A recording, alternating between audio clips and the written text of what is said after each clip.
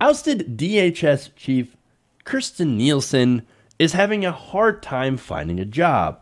Now, according to fellow Republican operatives, Nielsen, fresh off of getting pushed out of her job at the Department of Homeland Security, faces some rather slim job prospects going forward. Oh, how sad.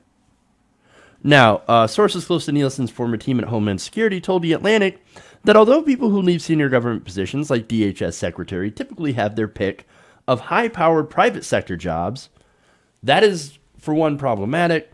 Apparently, things are not turning out well for Nielsen. In fact, one GOP operative familiar with her team and their thinking said, quote, "She's going to have a real challenge getting on boards."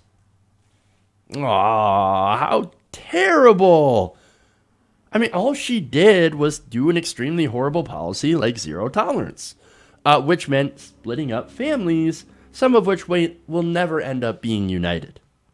I know, and we should yet, for some reason, feel really bad for Kirstjen Nielsen because she can't find a high-powered executive job. No, in reality, no wonder no company wants anything to do with Kirstjen Nielsen. In fact, they were talking about what's going to happen to her after she leaves that job, and they were doing so even before she got fired. Now, one operative said, quote, "It was like, we're going to get hung with this." So they were thinking even then, what does she do after this? Now, if that's not harsh enough criticism, here we have another former senior White House official laying it out more plainly. He said, or she said, family separations make her completely and totally unhireable. I mean, major companies will face employee or shareholder protests over hiring any high-profile Trump person. But for someone who oversaw that debacle, holy crap, it'd be insane. Now, they also noted that Republicans, quote, almost always have a tougher time landing sexy corporate posts after leaving their respective administrations. And that, of course, is a problem for another video because, Jesus, President Trump, they say, has just exacerbated that so much to an insane degree. Who knew that if you worked for Donald Trump, a well-known racist and a moron, who doesn't respect rule of law, that stink, from the fish rotting from the head down and all, would stick to you when you leave the administration. And, of course, look, the whole reason that she was there is, I think, because she agreed with these policies and because she was looking to get more political power and to land some of those sexy corporate posts in the business world. And now it turns out, oops, you worked for the wrong guy, and now corporations are like, yeah, no, we're going to take a hard pass on that, dog. Not interested at all in you. And now that's just on the one side, right? She also has problems on the other side. Because, look, there are a lot of, there are some businesses and there are executives and that are very pro-Trump, right? That do hire former Trump people. But the way that she ended up getting forced out, and for those reasons, she's having a hard time on that side, too.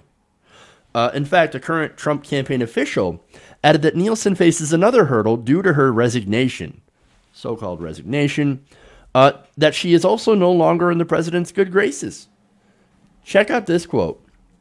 Her perceived disloyalty and lack of alignment with her principle will be far more damaging, according to a campaign official talking to The Atlantic. So here she is. She's in the middle where nobody wants her. And you know what? I don't feel bad for her at all. And you know what? I'm pretty sure most of you, if not all of you watching, don't either. She took that position. She knew what she was in for. And not only did she support these positions, she fought to keep that job and do anything she could do to undermine the law without explicitly breaking it, of course, like what Trump wanted her to do. She did that. That's on her.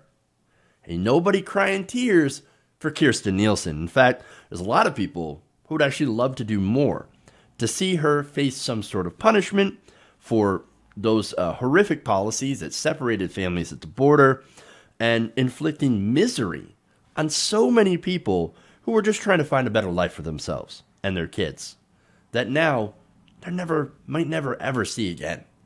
So this is your bed, Kirstjen. Now you gotta lie in it. Hey guys, hopefully you enjoyed that free video. Now I'm gonna have to ask you a favor. Between the demonetization and the YouTube algorithm messing around with view counts, etc., we're having a hard time adjusting to the new YouTube reality, which is where you guys come in. See, we have a Patreon, patreon.com/TYTNation, set up to help us rely on you guys, the viewers, instead of big corporate ads. Look, you know the show. You know how I'm not in favor of big corporations anyway.